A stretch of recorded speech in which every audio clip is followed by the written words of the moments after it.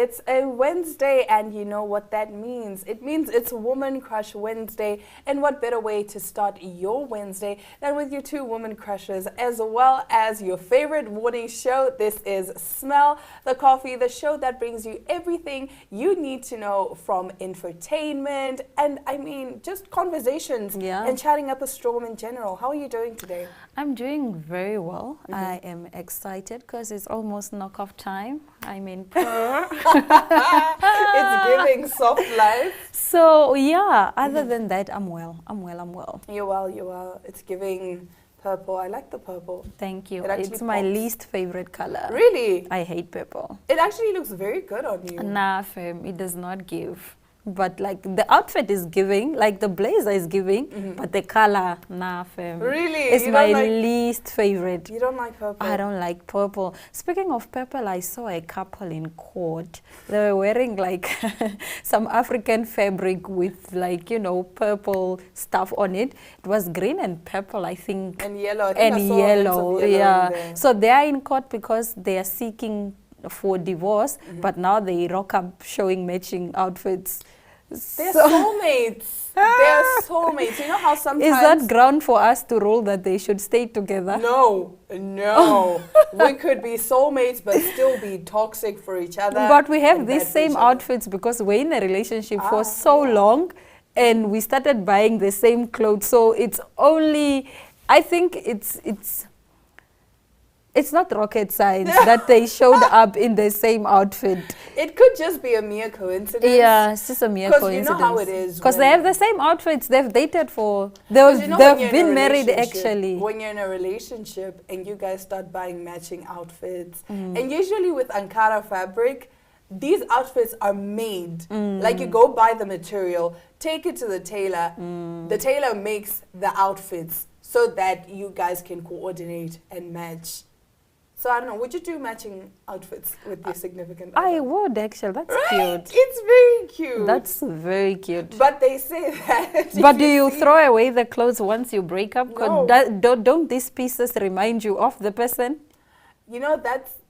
I mean, if you're like me, not really. It's like, listen, I look good in this dress, so I'm gonna wear this dress. I'm keeping it. It hurts. There was a time for my birthday, because you know I always get like a new birthday outfit. It was this nice, gorgeous white dress. And my ex, we were dating at the time. It was like, oh, happy birthday! Shakes the champagne bottle, and then he pours it all over me. Yeah. But unfortunately, it was red sparkling wine on a white dress.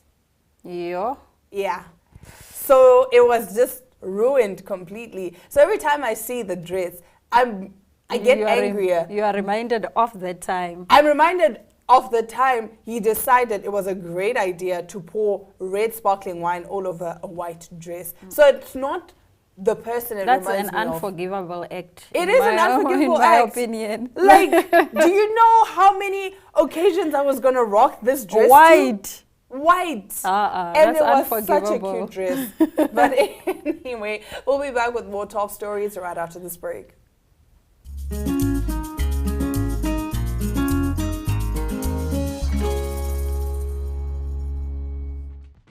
Welcome to My.NA Cars, your ultimate destination for everything automotive.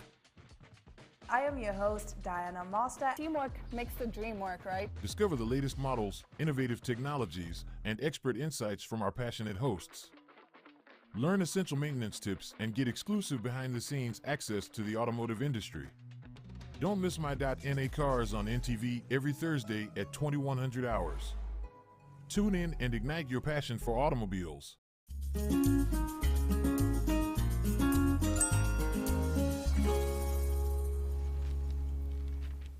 In our news this morning, in a rather sad but also very bizarre story, police investigating Brazilian doctor who allegedly ripped off a baby's head during childbirth. Brazilian police are investigating a doctor after he allegedly climbed on top of a pregnant woman's stomach and decapitated the baby while trying to pull her out of her mother's womb.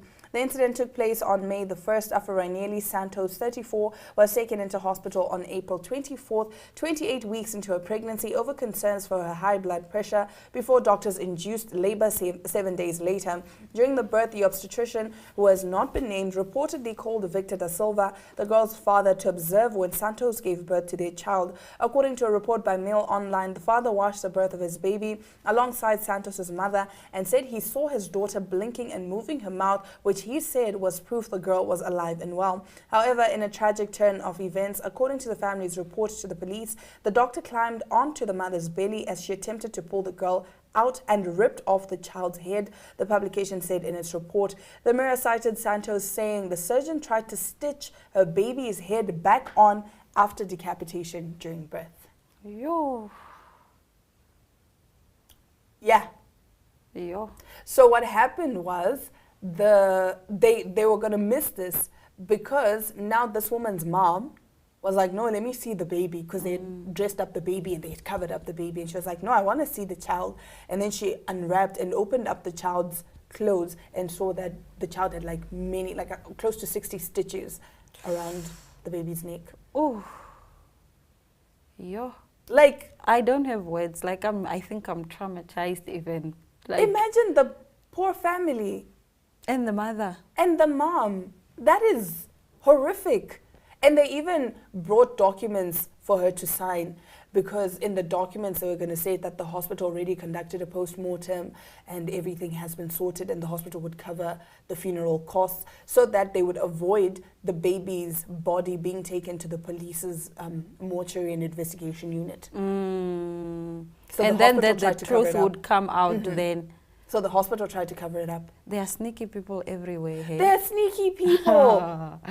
Even in the hospitals. Especially in the hospitals. There have been so many cases of negligence that have been swept under the rug because of people in high positions. And now that we're talking about negligence, when you sign the documents, then you can't sue, because then they say, no, but you signed for it. We told you there are going to be risks, and then you agreed to this risk. So now here is the risk. That's what you're going to do? Yeah. That's the risk. No, but the risk doesn't count for you decapitating the babies. Like, guys. No, that's sick. That's wild. It's just the sheer amount of force that they had to use for them to decapitate the baby. Like, I can't fathom it. No, I can't fathom the trauma that the mother is going through. It's too much. Because imagine being held down by all these people and there's someone on top of you trying to push your baby out, because apparently How does this even happen on top of apparently you? She couldn't push the baby out. Like, she had no more strength. I think she'd been in labor for a while, so she had no more strength to push. So usually C-section was. No, she was supposed to. It was a C-section. Okay. Which is why I don't understand why, if it was a C-section, why would you need someone on top of you if it's a C-section? If it's a C-section, I don't understand, because I know with natural delivery, sometimes they have to push the baby. I thought it was natural, then they push. Sometimes they use forceps, sometimes they use a vacuum to vacuum the baby out. But if it's a cesarean section, they literally just cut you and they go through. I know it's 7 layers that they have to go through, but then it's literally just, there's no need for you to get on top of me and try to push the baby out. What are you doing? What are you doing? Nah, that's sick. Nah. No, I think, what do you think? I think the doctor should definitely be arrested. No, yes, he should be sued. He should definitely be sued, and for a lot of money. He should actually save time. Yeah, definitely. He should, I think it was intentional. But you as a doctor, you know what you're doing is wrong. You know this has never happened. Why are you coming to experiment on someone? Especially stitching up the baby after. Like, what is that? That is sick. Nah. Now we move on in some related sick news. All right. Selena Gomez and her kidney donor, Francia Raisa, I think, are reportedly not friends anymore because Selena drinks alcohol. I think you have more on this story. I have more. So Selena Gomez's former best pal, kidney donor Francia Raisa, previously called the famous singer out for allegedly drinking after her organ transplant. It is reported that the How I Met Your Father actress, who was 34, stopped talking to Selena, who's 30 years, because the Barney and Friends alum wouldn't stop drinking. The disagreement is said to have come about when Selena was drinking alcohol with Francia, telling the singer that she didn't give her a kidney so she could go out and drink. These were her direct words, which in turn could put stress on the donated organ. In 2017, Francia underwent surgery as she became Selena's kidney donor after she faced health complications that related to a lupus diagnosis. Wait, before we go on, isn't this Francia the one that was in Pretty Liars? Something like that. I don't know. I really wouldn't know. I don't know her like that. Okay, she looks very familiar. But nonetheless, but listen, Selena is an occasional drinker, social drinker, not an alcoholic. So what's the But how fuss? do you know? Because the thing is, they'd been friends. Obviously, when you and I hang out, you know, okay, Miss Ma'am, like, you know, I know your drinking habits. You know my drinking habits. Do you get what I'm saying? So to the rest of the world, it could be like, oh, who knows, Zana's just drinking this one time. But because we're friends, you know that, okay, we hang out 4 times a week. And in those 4 times, I'm downing alcohol. Do you get what I'm saying? So it could be a thing of just her being concerned because she's like, listen, girl, I already gave you my liver the first time. I'm not giving it to you a second time. Do you get what I'm saying? So it could be that, but it could also just be shade where she's like, listen, I didn't give you my liver, so you could just drink alcohol. No, but Selena, also why are you drinking? Why are you drinking? You got the kidney most now, Chomi. It's the liver. And you know, they say when you drink a lot, it puts strain on your liver. So already, it's not even your liver, Miss Ma'am, first of all, and you're drinking like that. But you as the kidney donor, should you be concerned about what the other person is doing? Because now you gave this kidney with good intention, right? You didn't give the person this kidney for you to be controlling them. Why are you then concerned what the person is doing? It's like you helping me and expecting me to come and help you in return. This is what it seems like. Russia or Francia should just mind her business, let Selena live her life. Like Why is she concerned about what the other one is doing? Akira, we are not friends. You donated this. Donated. But Once it could you have come from a good place. Yes. Where it's a concern, which is like, no, listen, I'm concerned for your health. Nah, because if you go back into hospital. You're stopping to talk to me because you're concerned. If you're concerned, you don't stop talking to me. No. It's like you're going to give bread at an orphanage. Now people make, I don't know, they you know how the children eat, drink their tea? They soak the bread in the tea. Now you are coming and say, I gave you this bread to chew. Why are you soaking it in the tea? Yeah. No, you can't do that also. But the problem is, you know, there was a lot of controversy when she first donated the liver because they were saying she donated it so that she could become more popular. Like it was a publicity stunt. That's what they were saying, because now she, I guess, we don't know what happened, but people speculate that she donated this organ so that now Selena is, like you said, indebted to her. Yeah. Because now it's like, listen, but I helped you. You can't, you know, take advantage of me. Like, you have to help push me out into the limelight. Nah, this one is wrong. Francia is wrong. Just let Selena live, bruh. It's her liver. Because technically the minute it got into her body, it's now her liver. You gave it to her, right? So it's now her liver. She can do whatever she wants with it. Maybe if the she girl wants to drink. Yeah, she wants to drink. Let her drink. Anyway, now we'll move on over to our next story. The most watched sport league in the world. Diana's favorite. I think it's your favorite. It is, definitely. The English Premier League is coming to SABC1 thanks to sponsorship from financial service provider Sanlam. Ooh. Hey, DSTV. I like the fact that they are making it inclusive and everyone has access to it. So I love that. Gaming shouldn't be financially exclusive. Just because I can't afford DSTV doesn't mean I shouldn't watch. Yeah. So I love what, you know, Sanlam is doing for the local people. And shout out, man. Because like you said, right, most people in South Africa, not everyone can afford the $1,000 a month subscription, you know, DSTV subscription. Yeah. Most people have the SABC decoders or ETV decoders because in South Africa they have the different types. Yeah, they have different types. So at least if people can, like the people that have the SABC decoders that can only show SABC channels, they still get to enjoy the English Premier League. They don't have to illegally They don't have to go sit at the bar and watch soccer with everyone else. They don't have to illegally stream.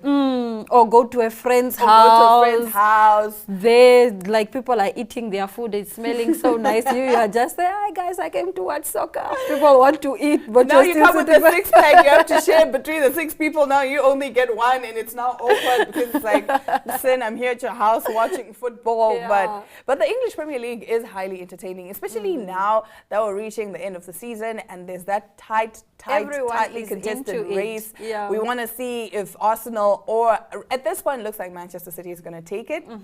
Personally, that makes me happy. I know I'm a Manchester United supporter, but anything Did I so tell that you Arsenal. I'm now an Arsenal supporter? Jos, what happened? Somebody recruited me. Ashwin. Ashwin, somebody that I like also. And Wait. You don't like Ashwin? No, I'm saying Ashwin and somebody that I like. Ashwin, comma, somebody that I like, and comma, No, and that's Queen. why I'm asking. Because you said Ashwin, somebody that I like. So does that mean you don't like Ashwin? No, you don't understand. No, I I'm understand. saying it's Ashwin, and then it's somebody that I like, Yes. and then it's Queen. Now, what's But the way change? you're saying it makes it sound as though Ashwin is just someone else, and then there's the somebody that you like. Do you get what I'm saying? All right. No, that's not what I meant. I meant 3 of them influenced me to join. Who's your top player? Colleague, let's have this conversation during commercial break.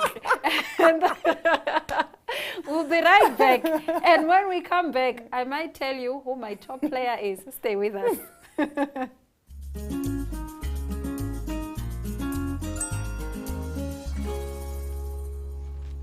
Welcome to What's Cooking, where culinary passion meets expert insights.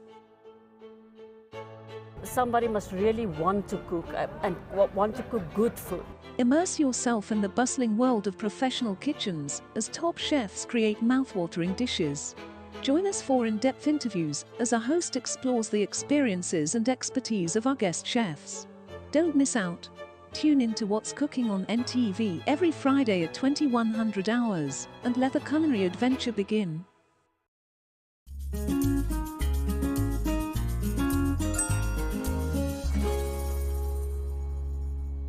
With us is Eugene Leroux. He is the horticulturist at the nursery at Pukovitz Mega Build at the Grove. Of course, never mind horticulturist, you are also a bonsai guru. Thank you for joining us. Eugene, thank you so much. Please tell us a bit about the bonsai. Where does it come from? How old is it? The bonsai originated from China, about at least 500 to 1,000 years before Christ. And then eventually it went over to Japan within the second millennium. And then it started to get well known, and you get bonsai today all over the world. It's a very, very, very well known hobby where the whole family can even take part. It's actually something that you can create and you can inherit to your children. You know, it's well, they are like children to me. So bonsai is a very ancient, but it's not a type of tree.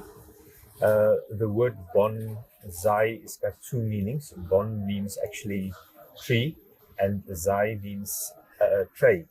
So it's like a tree growing into a tray. That's what the word means. Yeah. Yes. And it's more a style of growing. So you can actually grow any tree in that type and that specific style. You get various types of bonsais. Large ones, small ones, very, very miniature ones as well. So there's different ways and they really have this vast amount of types of bonsai that you can get today. You mentioned just now that it today is very well known worldwide. What about Namibia? How popular is it in Namibia? In Namibia, it's quite popular. Unfortunately, there used to be a bonsai kai a few years ago, but many of the older members they passed away. You know, so you know the trend with these type of things. Sometimes it just fades away. Yes. But I know of quite a few active bonsai person that really do bonsai as a hobby, and they've got some great material, very nice material. I've just to some of your guests, I've just now said that they intimidate me. I'm afraid of bonsai. Yeah. How difficult is it to be a successful bonsai gardener? I think if you know the basics, if you have somebody that can at least show you and train you the basics, there's basic principles. When you go to certain countries, they work with certain material, like certain trees that they grow well there. Just for instance, I would not be able to work on the same type of trees in Windhoek that I would go and work at the coast, for instance. Okay. Because the conditions climate conditions is different. So as well is with different countries in the world. So even in Japan and China, where this originated from, you can just imagine the type of trees that they can work there with a climate that allows them. So I would say it's very easy. It's very simple. The main thing, because we have quite dry, low humidity conditions here in Namibia, so we can't use a small tray, as such, or pot. Okay, yes. The container must be a little bigger. The soil mix should also have differ slightly. Must be able to contain more water, than normally in a more moist condition. But so there's basic principles, and then also there's different styles and that. But we have Namibian trees with our own styles. You can't really enforce all these different Japanese or Chinese styles into Namibian trees. So we try to create our own type of style. There is very clear guidelines, but we in Namibia do have our own styles of bonsai. How terribly interesting! It's fascinating. At Pukwitz Megaburi, in your nursery, what types of bonsais do you have? When I go to do procure material for, when I go normally, I don't really go to buy bonsai material. When I go into one of the greatest nurseries that I buy from in Vredendal in the Northern Cape, I will look at certain plants, or trees, or shrubs even, that has got the potential, and that I know will be able to make, and also with a focus on like a beginner, to make it easy for a beginner. When you start with a tree that's going to take very long, you will lose interest very fast. Yes, because of course. It's so if I normally buy trees that I know that the beginner bonsai will be able to start off and have a fairly good example of a bonsai in a short period of time.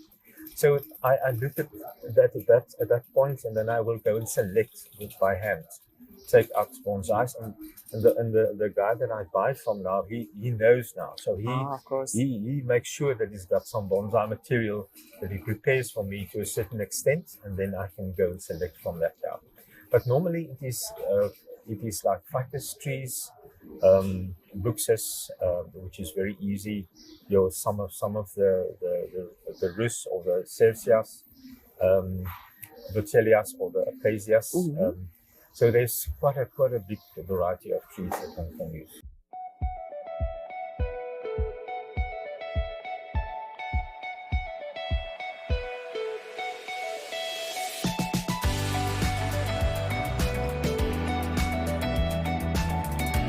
To another exciting episode of Irongo Talk.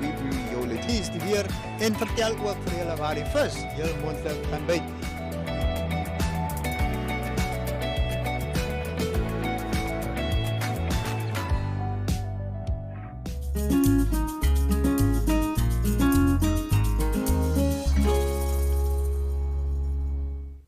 Well, lovelies, all good things must come to an end. And I have to say, today's episode we did, I mean, like I did say in the beginning, chat up a storm. Yeah. I think the most controversial, no, we did speak about a lot of controversial things. I mean, a baby being decapitated during delivery. Selena Gomez's donor being like, you can't drink like that while I give you my organ. Yeah, there was a lot going on in today's episode. And then, okay, the only light-hearted one, I think, was the one about the English Premier League. Yes, coming to SABC. I love that. That was definitely the lighter side of today's show.